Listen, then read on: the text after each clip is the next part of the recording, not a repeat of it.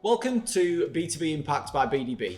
Join me, Matt Smith, CEO of BDB, and Oliver Brewood, BDB's Head of Digital and Technology, as we get together to discuss the myriad of trends, topics, opportunities, and developments in the world of B2B marketing and communications. Our aim is to arm you with content, opinions, and insights that deliver lasting and meaningful impact across the B2B community, helping the global businesses and brands we partner with navigate their way through the information and communication revolution. Are you ready to make an impact?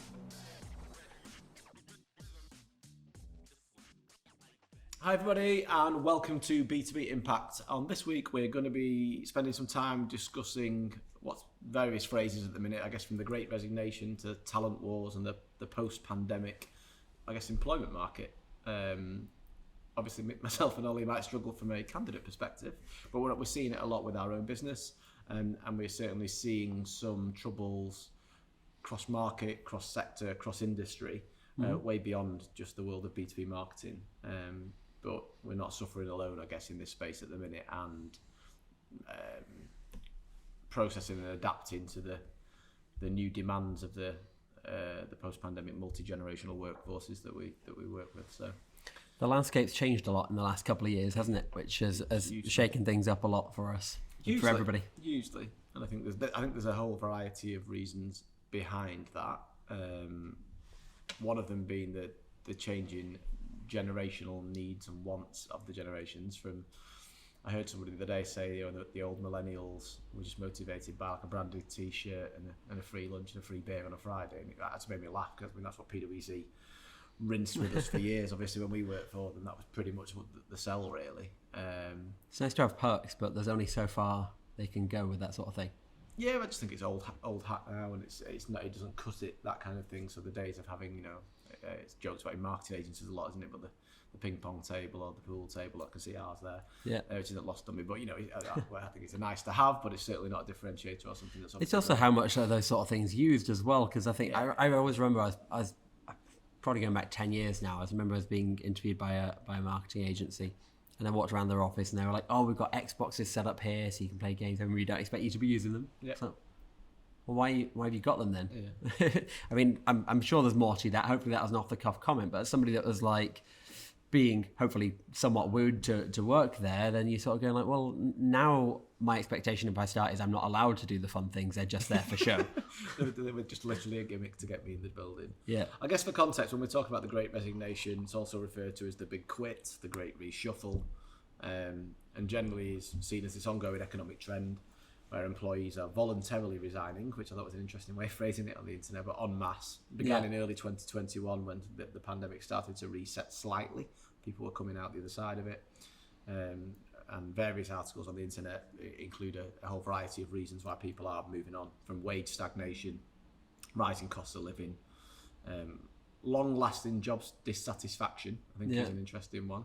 I think the other thing that makes the Great Resignation, more of an issue timing-wise, and I guess two of them are connected, that it immediately followed the year of redundancies, where obviously a lot of people were being made redundant, certainly in certain sectors during the pandemic. So I think obviously in the UK we're seeing that a lot with air travel at the minute, with loads and loads of flights cancelled because they just don't have the staff. Airlines and airports made lots and lots of people redundant. Then other people moved on because they're saying, hey, this isn't a very secure sector to be working in. And now when things are kicking back to normal, and hopefully they stay this way, they just don't have the staff to handle it. And obviously that's a very clear case, and it's very easy to see why that's happening. But I think the same thing's effectively happening elsewhere. It's just not for as obvious a reason. But in terms of this awakening, I'll call it an awakening, that's kind of happened for people post-pandemic, and I'm sure you did, and I'm sure everybody had a lot of time in their own heads during particularly the isolation periods, maybe to reflect on, were you happy in your job, are you happy in your role? My concern at the minute is, I guess, that people may be knee-jerking as a result of that and jumping from the frying pan to the fire, so to speak, without the necessary qualification of the new opportunities on the other side of it. Because I think there's almost this romantic thought that I'm going to quit my job and I'm going to do something that I'm really happy and passionate about. Do you think that's happening a lot? I think it's being promoted intensely across social media channels and that. Because I know I feel like that's what's being touted as the reason for the Great Resignation. I agree with but you. I don't know if that's the truth. Obviously, it's very hard to tell this sort of thing.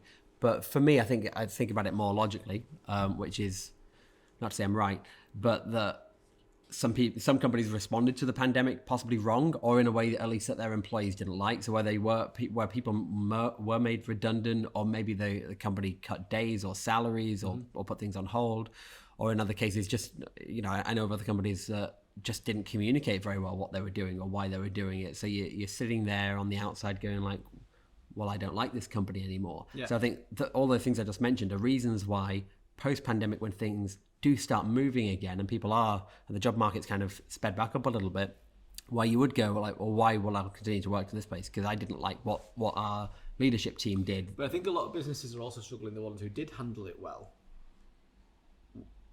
or were perceived to have handled it well and did the best that they can with the rapidly changing environment that everybody was operating in during the pandemic. Mm-hmm.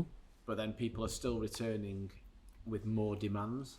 And it's tough as well because like the work landscape's changed. So I know I guess it's the other side of it is it's not only like did you handle it well, but also like what could I be doing differently now? And I don't know if it's like I actually really love horse riding, so I'd like to go and become a horse riding instructor, so much as it is there's companies out there that are willing to pay higher salaries now. There's due to the changing landscape, or there's companies out there. That, unpicking that one piece at a time, because I think it's really interesting. Mm-hmm. There are companies out there that are willing and having to pay ridiculously higher salaries because their business, brand, wider infrastructure, wider offering doesn't necessarily allow them to appeal to candidates. So I can think of one particular business in the UK here who have notoriously always paid higher salaries because they're not very nice to work for. Mm-hmm. So to attract candidates, they have to pay higher salaries. But that goes completely against if you're moving purely on a salary for salary basis. Are you looking for this nirvana, work-life balance, blah, blah, blah? Or are you moving for a 5k, 10k pay rise? And I think it'll contradict itself all the way through the argument here, and it obviously depends on the candidate, it depends on the team and the employer. But I agree with you, it's not necessarily this kind of widespread argument that people are moving for this different type of role. As you say, I think remuneration's an aspect to it without doubt. Cost of living definitely is going up for everybody at the minute. How are employers reacting to that? In our industry alone, in the Marcom side of things, salaries have gone crazy. Is one thing to say, and that's not just in our industry, but from first-hand experience. They are moving rapidly overnight. Certainly that, I think the example I've seen, I don't know how widespread this is, but things like sales as well, increasing massively. Yep. To the point where, and this is a conversation I know we've had a few times, and I don't know the answer. Potentially there's people out there that do have a better idea than me, but what's going to happen where people have had a crazy salary increase? Mm-hmm. If I've had a 30% increase in a role kind of that's happened during the pandemic, am I now going to be stuck in that role because I'm kind of being overpaid for what I'm doing, and therefore I won't really be able to move to other companies because there'll be a rebalancing? Or is that kind of, have we just shifted the bar so that salaries for that type of role are forever going to be higher? In which case, obviously, there's a longer term. The reality is they can't keep going up. They've got to cap out at some point, like any market, because there's only so much cost that can be passed on to the end user. So, and the way we're going economically, I think globally, it's not. I keep hearing that recessions are touted for later in the year or coming up at some point. The pinch point on businesses, and as costs go up, obviously the costs are going up, like you say. Cost of living for everybody, costs of running a business are going up. Supply chains are falling apart. Mm-hmm. So economically, I think it's going to be a tough spot later in the year. So 100%.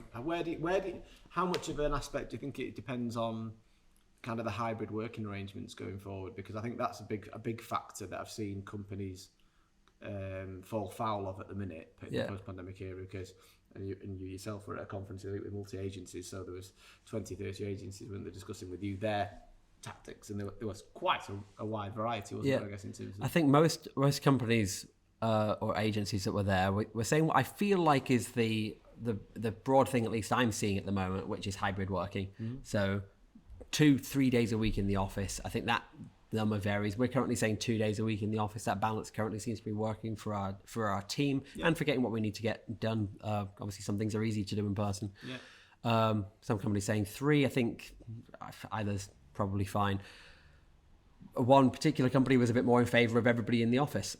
And I fully understand where they're coming from, because I've had those conversations with team members where you have been in the office, and it sparked a level of creativity and collaboration that's very hard to get without actually being physically located together. I think the one thing I'd say counter to that is that I think, we're speaking to that particular company, I'd say that it's not always obvious how hard people are trying to find a solution to the problem. It's very easy that there's a problem. So for example, you and me working on something, if we're sat next to each other while working on it and I've got a random thought into my head, I can bounce that idea off you, spark a response. Harder to coordinate on Teams. Doesn't mean it's impossible. No. It's just not as obvious. And I think sometimes when I hear people saying like, oh, it doesn't work being fully remote, it feels to me like they're not trying. No, but I think that's also when there's personal agenda or bias built into it with a lot of employers, because even amongst my peers, friends, network, it was interesting early doors coming out of the pandemic to see certain people really championing culture only survives in the office because they owned the office building, because they got a rental from the business on it. There was other people saying, let's go full flexible, full remote, because they were going to save 80 grand a year on a leased office that they could therefore put in the back pockets of themselves. And likewise, at this conference, one of the agencies has gone 100% remote. So that's an agency based in LA in the US. What they were saying is they're struggling with the talent pool in the LA area specifically. They felt like they weren't a big enough name to attract, people like somebody like Apple would be able to, and they can probably just pick who they want from wherever. So they've chosen to go sort of nationwide with the US, which is obviously a very big country, not the same as us going nationwide. Sure. So that is a fully remote working kind of situation where maybe you'll see, that employee that you hired on the opposite coast once a year instead of every. You hear a lot of excuses of why people won't go fully remote, linked to preservation of culture or development of culture. And I think, as a business owner, one of the leaders in the business here, it is a concern that you have, because I think one of the things that made our business B2B so special pre-pandemic was the culture. The size of the team was a nice manageable size as well. And it is, I won't say impossible, because nothing's impossible, but increasingly challenging to retain that culture with some people not as visible, not as present. I think it depends on, and this might be a factor to it, how many of those people aren't aren't office based. Because I think where we've got some freelance developers, for example, that we worked with, and there's a guy that we've worked with for 5 or 6 years. He's actually based relatively locally, probably a 45-minute drive away. I don't think I've ever met him in person, but I speak to him on the phone like he's one of my best friends, and you work together very closely. But maybe that would be different if you're talking about every team member as opposed to sort of 1 in 20 people. Yeah. But I think, do you think it's possible to build and retain a culture with a fully remote team? It's only a personal opinion, isn't it? I think it's a very tough one. I've got to say it's possible, because I think anything's possible. I think definitely believe it'll be more challenging. You'll have to work a lot harder to instill that in people. You'll need to have a level of trust and understanding in terms of output, particularly when you start thinking about new starters and things like that. How do you know if somebody's definitely working? And I don't believe we're in this culture of like, that person has not responded to my message in 5 minutes, they're currently sat watching TV. We're not, but I think a lot of businesses are. A lot of businesses who've embraced the fully remote working also seem to have embraced the tools and technology that allow them to monitor staff a lot closer. So in the sense of more akin to a call centre in the past, or a sales environment in the past, of are you online, how many calls have you made, you've missed. I think that comes down to the type of role, doesn't it? But I think you see more general businesses moving towards that, beyond just your Teams thing being green, showing that you're online. But I think I guess for me, if I'm thinking about this not necessarily easily, what you need to be trying to monitor isn't the micromanaging level of how many emails are they sending, is their Teams icon green, how responsive are they to my message, but are you happy with the quality and the output and the speed of their work? But do you think, which is obviously harder to manage? If you were to canvass people and to answer honestly, do you think anybody would say they're as efficient at home as they are if they are with the pre-pandemic? I'll say. I think it comes down to the person. Yeah. I think some people are probably a lot more efficient at home. Yeah. And I also, speaking for myself, there are times I know I'm more efficient at home, and there are times when I know I'm much less efficient at home. Yeah. And it's not necessarily being remote. It's about the fact that there are distractions at home. If our house is filled with washing, I guarantee you I'm spending 20 minutes at some point during the day putting away the washing because it annoys me walking past it, and it's a distraction that I won't have in the office because I don't like the place being messy. So that's the sort of task that I don't mean to get sucked into, but I'm going down to grab a coffee and I'm like, oh, this stuff's annoying me. That also just comes to the culture again, though, doesn't it? The culture in the individual and your team members of having that trust in them that, yes, if they're taking 20 minutes here and there throughout the day to do some personal chores that helps them in their personal life, that at some point you will see the other side of that when work's required to bed. That's what I've loved about working, at least in our agency. I feel like there's an awful lot of personal responsibility and accountability that's given to people. So, it doesn't really matter. Like I know that everybody else in the business knows that if for some reason I'm having to nip out to go to an appointment or something like that in the middle of the day, it doesn't really matter because I know what I've got to work on. There'll be times when I'm working at 1 a.m. or there's times that I'm up at 6 a.m. By and large, I'd say, B2B gets made more than good in terms of that. But I think that comes down to, there's no benefit to me if I skive off during the day. No. But I suppose that comes down to the type of role, type of company. And just thinking out loud, I'd say that's possibly easier to manage with a company that's kind of more the size of ours. I can't imagine trying to manage that and have that level of trust when you're talking about having thousands of employees or teams of tens and 20s of employees even within an individual team. But then to an extent, flipping the coin the other side, I think for a lot of the global businesses and brands that we work with, it's business as usual because they're constantly speaking to colleagues like we are, to clients in different countries and different territories. And I maintain in the post-pandemic environment, we see more of our clients than we ever have, which is odd because it was a concern that I had at the time. If we used to get out in front of clients all the time, certainly more regularly than probably what we do at the minute, and we're just starting to come out the other side. And we are travelling more. We're back seeing clients face to face, but we're also seeing clients face to face on a daily basis on calls, which was never the case before. So it's quite an interesting. I was trying to think about this the other day actually, so it's quite a coincidence you brought it up. I can't remember pre-pandemic how often I was speaking to clients, but I don't think it was anywhere near as often as now. I feel like a client call for me at least, and that's, people might say that's because of the privileged role you're in or something like that. But I feel like I was having like a client call once or twice a week, whereas doing work with clients now involves very regular check-ins. It's a lot more frequent and quick check-ins, and then like quarterly big meetings or whatever it might be. But it does. I feel like the frequency of that has increased a lot. It's just interesting when you actually think about it. Do you think there is a link? Because I was reading an article from Forbes on kind of how to win the talent wars and that kind of thing, an article on that the other day. And one of the things they referenced was, for a lot of businesses, kind of the diversity, the D&I, diversity inclusion agenda is becoming more and more to the forefront as well. So making sure you've got balance and representation across your team. And I guess you're not the old clone army that maybe businesses were in the past, just hiring their own mold, if I can speak, continually. Do you think that if you are moving further afield in terms of the options of where you can employ people because of the remote working and because of you're not needing to go from the local pool of talent, so to speak, that you might have done in the past, that has potential to help the D&I kind of agenda? It certainly does, particularly if you're starting to go abroad. I mean, you're going to get different views, even between like hiring somebody that's in the UK and somebody that's in France, where you're very geographically close. You're going to get completely different cultures and different perspectives on things. So certainly being able to have more weight of your work being done by people that are more further afield, I think has the potential to increase that level of diversity. I think it'll be a really interesting one to watch because, as you say, if you're pitching yourself as a global business, even like we do, I think we've always had European and global different natives, if you know what I mean, working within our business. But I think actually having the opportunity to open that up further again can only add to that really as an offering. With its complexity. Because obviously there's an aspect of, like you say, I think possibly slightly less so now, but certainly when I joined B2B, it was every other staff member at least was from another country. There's probably less of that now, but we still have a very kind of diverse background within the team. But that's only diverse as diverse as it can be within Manchester, right? So if you're recruiting from a local area, you are going to be recruiting from more limited talent pool. Like how many French team members are you going to be able to get in Manchester? And how do you think technology is going to play a part in this? Obviously, because if you've got more, if you're winning the talent war and you're fighting or starting to make some progress against the Great Resignation, that you're retaining your team members because you're getting things right, because your policies are right around hybrid or remote working or flexibility, I guess ultimately is what we're saying. You've got your salaries at the right level, you've got your reward and remuneration structure, you're treating people fairly, you're doing everything right.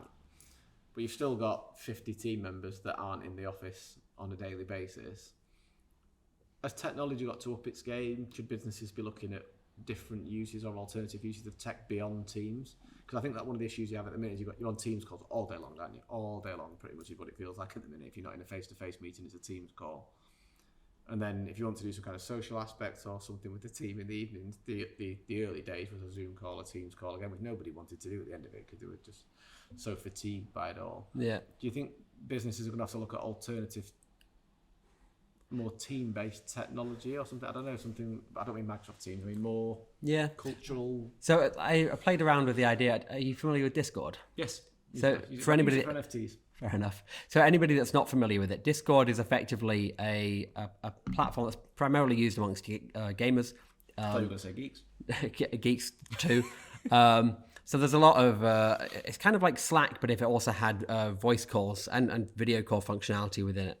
So you've got your messaging channels that you can participate in all the time. And you can also just jump into like a live channel to have a conversation with whoever else is online. So very early doors, I considered like for our team internally, would it be good to have those kind of channels set up where you're not jumping on a Teams call, but you're just saying, okay, Matt's currently in that channel. I've got a question for Matt, so I'm going to jump in there and just ask you a question. I don't have to dial you up. I'm not saying, are you available? It's like, you're in there, so I'll walk up to you almost as if the same manner I would if you were just in a meeting room in the office. Yeah. Then the other part of me was like, oh, that could be very distracting for some people in terms of like they're currently in the middle of writing something and then you just walk into their room and say hello. So that's the sort of thing that I think if used right could be useful, particularly when we talked a minute ago about that quick contact that you lack in it being remote. That sort of technology could help to reintroduce it, because I could jump in a room with you, assuming we're not in a locked room so anybody else can join. Paul, our CG guy, could come in and go like, oh, I've got a question for Matt and Ollie that's related to virtual visitors. Let me jump into there and chat to them about it. So you'd have that ability to bring that into it.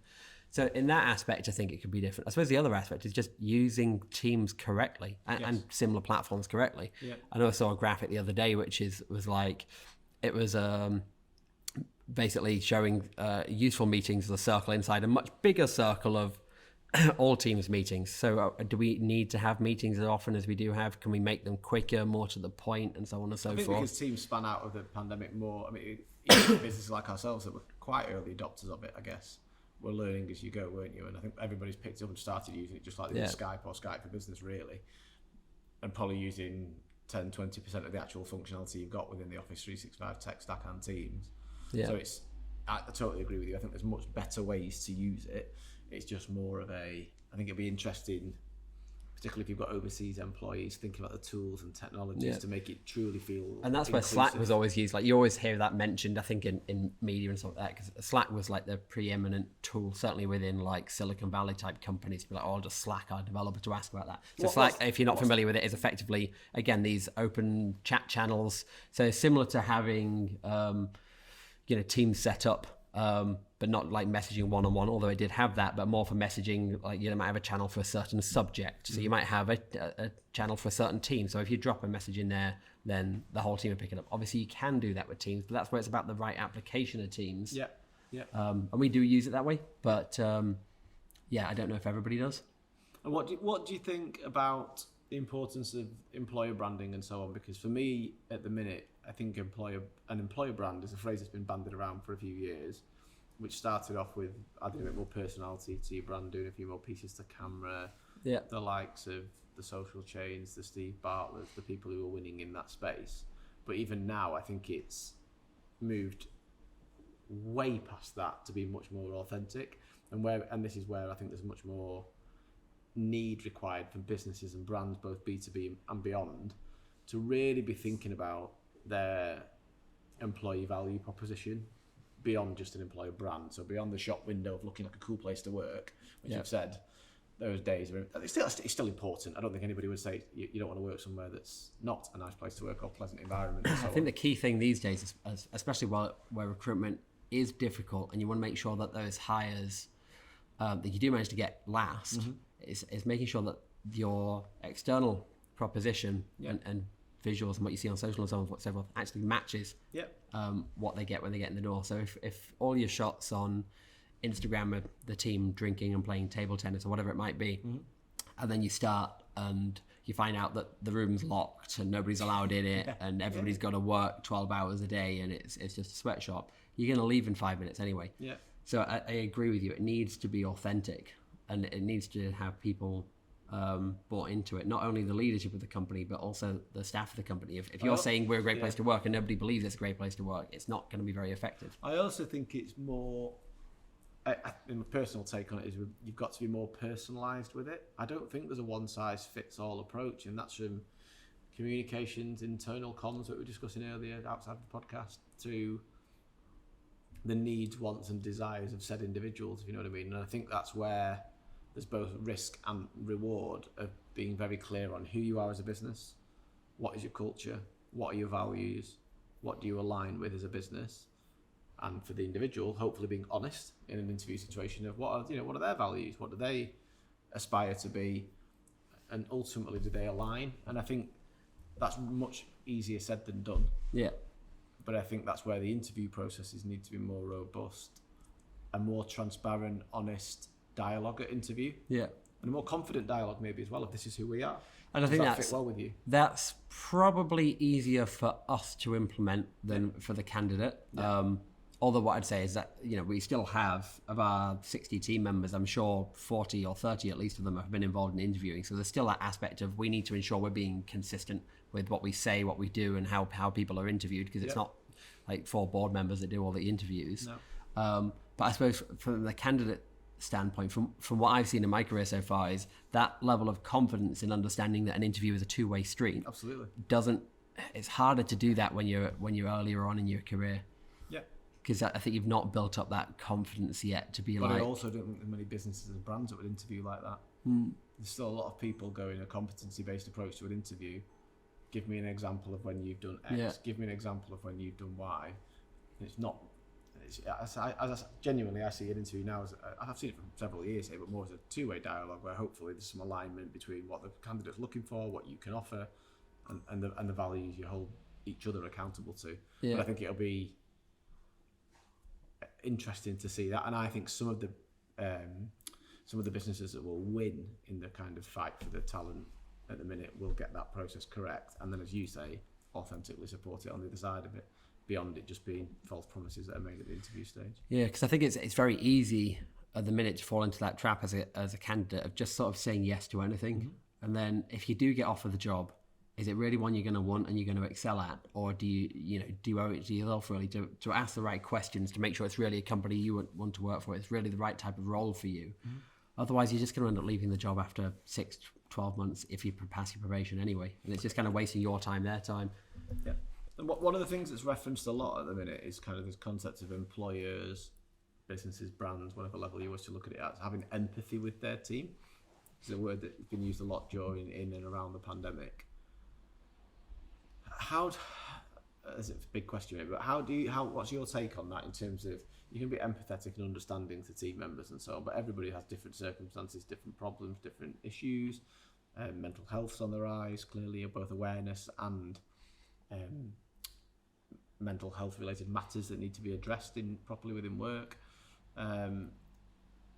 How do businesses and brands evidence their empathy towards team members and be seen to take tangible action and progress against it? It's a big question, but it's a big question and not a straightforward question to ask, I suppose, because there's two aspects to it, I suppose, aren't there? Two sides to that. It's one, having empathy for whatever's going on, but also there's a job that needs to be done. Yeah. But I'm 100% behind the fact you do need to support your team members, help them through whatever they're going through, whether it's personal problems, professional problems. There's no concept to me of you can just come into work and whatever happened. If you had an argument with your other half this morning, if somebody in your life sick or whatever it might be, you can't switch that off because you're still a person. And it's easier for some to switch it off than others. And I'd say I'm probably in the easier camp as I'm slightly less emotional and more cut off to my emotions anyway, to be transparent. But for some people that's really hard to distance themselves. And people are all human. So I think you have to be understanding to an extent and try and support people through it. And I think it's one of the ones where if you think about the likes of Google and the way they've approached things with their team members, they try and take a lot of your problems off your plate, so that when you're at work you can be focused on it. So even things like doing your washing for you. I don't know if that's a widespread thing, but I know for at least a few years ago, the campus in California basically did your washing for you and stuff like that, and it just meant that it's one less burden on your plate to think about you have to do. You can be more focused on your work. Eating healthy, not as hard because the food provided for you and that kind of stuff. On that point, because this is where you get called out as an employer, I think. So I'm doing your washing for you. Is that because I expect you to do more work, or I think you're doing your washing when you should be working at home? Because this is where you get it from the team members, Patty, the salary. You try to offer something that you genuinely think is of use and of benefit and of help to somebody, but then you get called out on it of being like not genuine and not authentic in your work. Because really, you're just trying to get them to do more work, aren't you? And you're like, well, no, quite often is the case. Because I was trying to think about this. For me, connects to salaries as well. Because I guess it depends what point you are in your life. But if you think about motivation, are you motivated by a higher salary? If you quadrupled my salary today, I don't think I'd work harder. Yeah. And that isn't to say I'm lazy or anything like that. But there's an extent to which I'm already willing to commit of my life to work. I don't think timesing that by 4. I'll work 4 times harder. I mean, I might promise I will. No, but I think you hear an awful lot of podcasts. I think the salary level that's mentioned across the board, and there'll probably be a Google article that I'm sure we could find. It's something like $77,000 or pounds. I can't remember which country they were quoting it in, to be honest with you. But it was which is obviously a large salary for a lot of people.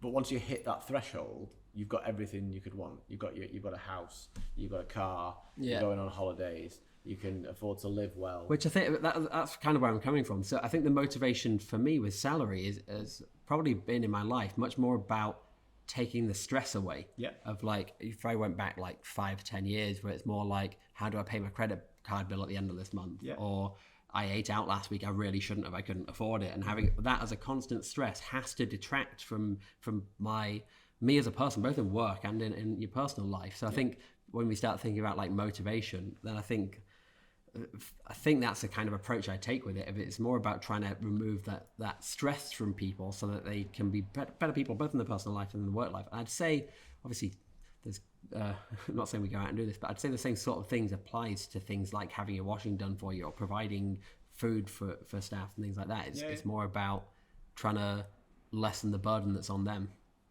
Because I think for me, I've always found time to be my most precious resource.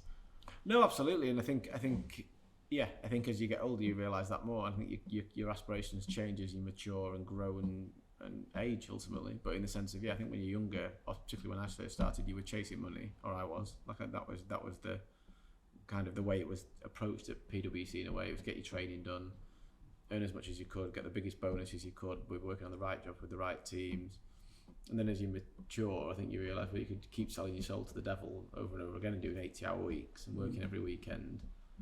And ultimately, as you say, time is what is precious. And I think the more you can give a better work-life balance to your team alongside an on-market, let's call it an on-market remuneration structure, I think that's the way it will ultimately move. And particularly the younger generations now with the tail end of the millennials and the Gen Z, Gen Zs, they talk of wanting more work-life balance, more freedom, more autonomy, more flexibility. They also want loads of money, but I think it's in that order a bit more now is what you'd see it a bit more on. But you certainly can't be off-market with your salary. Yeah, you can't say I've got a great culture, but I pay peanuts. Yeah, which you see from various businesses still to this day. Which is certainly not certainly not my aspirations. I know there are companies out there will be like, well, let's just see what we can get from people, because if they quit, we'll just hire somebody else at that same salary and they'll just keep cycling through people. I think then it depends, as you say, it depends on your sector, it depends on your business, but you pay peanuts, you get monkeys, so to speak. Yeah. So I think that's so I used to work for a hotel chain, and I certainly think that's what was happening there. And it depends on it, because if it's a churn environment where somebody can come in and do a job, but certainly in what we do, they can't. Yeah. You want people to have a career with you. You want people to get under the skin of clients. And I'd say from any of our clients as well, if you think about the onboarding time that it takes for any of our clients that are in like scientific sectors or technical sectors, I think this applies to every single one of our clients. it takes a while to get to understand their businesses. Absolutely. Not a single one of them has a straightforward proposition where you can just start and be like, oh yeah, I get what you're selling and who you're selling it to and why. That it requires weeks or years of weeks, months, or even years of education to get that understanding of what the company's about, who they're trying to sell to, why they're trying to sell. Yeah. It's definitely better to retain those sort of people than churn through them. Well, also, if you focused as much, if businesses focused as much, and this is something that we've really tried with here, and we're continuing to work as hard as we can with, genuinely. If you focused as hard on retaining your good team members as you do on recruitment, so more retain than attract, all the time and effort you put into recruitment and the money, that businesses spend upwards of hundreds of thousands of pounds a year on recruitment. If you invested that same money in nurturing and retaining your team, would you be better or worse off? Obviously, growth dependent. If you need more people, that's different. But I think that's where a lot of businesses can again fall foul of distractions that have been distracted by searching for new talent all the time, and then your star walks off over in the corner over there. It's so time intensive to recruit for people. I mean, I think it's easy for me, and I've often underestimated how time consuming it is to recruit. But by the time you've put together a job spec, you've probably already wasted hours thinking about that and going around in circles on it. And then you start interviewing and you're talking 2-3 rounds for a more senior position, each one of them taking, let's say, an hour of your time, and then discussions afterwards, back and forth and counter offers and all the rest of it. You're probably sinking 1 or 2 weeks worth of time into every hire as a random guess. No, completely realistic.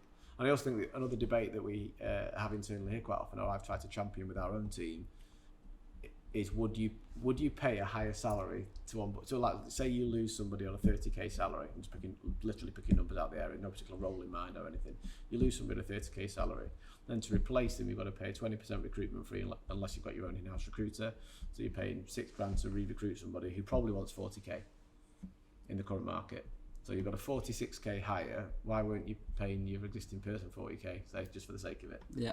And I think if you've got a justifiable reason, then it's probably the right kind of route. If you can't answer that question honestly, then you probably should have just paid that person something. No, and I think that's if people just anecdotal advice, if you can have that mentality in the back of your mind and be ahead of the problem, and we're trying our best to. It's very difficult in the current market, but I've constantly got that in my head of okay, if rehiring that person into the same role, what would you pay from the market value? You should be paying it them because somebody else will. Because I think I had that situation earlier on in my career where I said I was going to leave a role, and when I left, I got a slightly cautious approach of like, would you stay for? I think it was about a 40% pay rise, and it was like, nah, I still want to go. I want to do something different. I hated the company, but then you just check out my LinkedIn. They're a hotel chain. But effectively, my replacement got 50% more than I was on. So it's like, again, you could have paid me that the whole time, but you chose to save it. There's a disconnect there sometimes, though, because all these things are case by case, and you've got to play it carefully. Where you see it the other side sometimes, where the candidate thinks or have applied for a job. So, like, say they are level 1 at the minute, and they've somehow been offered a level 3 job without using job titles and so on. And you know that person can't do the level 3 job. Yeah. And that's because they've not got enough miles on the clock, not enough experience, just aren't there yet. Not because they couldn't do it longer term, but they're just not there yet. How do you manage that with? Because I think that's another. It looks like you're being defensive almost in a way, but it's the flip side of maybe you don't want to give them the higher salary, but you do want to retain them effectively. Yeah. I just think that those situations that are going to crop up, you can't retain everybody. It's just not possible. Somebody will get offered a job that you don't believe they're right for, and whether you're right or wrong, you've got to stand by what you believe in. Mm-hmm. So if you firmly don't believe they're right for it, then you can't give them it, and you'd be silly, in my opinion, to start trying to chase and over promise things to them, because at the end of the day, again, it's not going to work out. They're probably going to end up being given warnings and just cause more headaches for people in the future if they can't perform to that higher level. Obviously, it's a bit different if it's something that they could upskill themselves to in a couple of months, and they're very close to that anyway. But if we think that there's some real distance there between the capabilities of somebody and where they would like to be, or where they're being offered another job, I think you just have to stand by your guns and not cow too much to that pressure. Don't panic. the chances are, the world of counter offers. I think the statistic is most people leave within 6 months anyway, don't they? So similar to like job applicants, some people ask for salaries that just don't make sense, or at least don't make sense for you, and maybe it just means that they need to find a different company. So I was looking at CVs the other day, and you had some candidates that had the exact experience that you wanted, salary in the right range. Some other people had not quite the right experience that we want. Salary expectations were twice as high. Sure. And it's just like, okay, well that candidate's not right for us. I can see that they might get that type of money in a different type of role, but it doesn't fit you. I think you just have to stick by your guns and be careful not to overpay. Certainly, if it's not really going to be the right fit in the long run.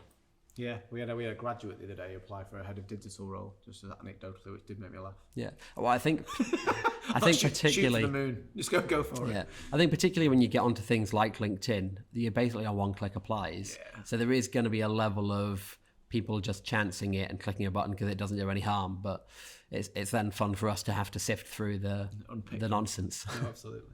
Okay, well, I think we'll wrap up there for today.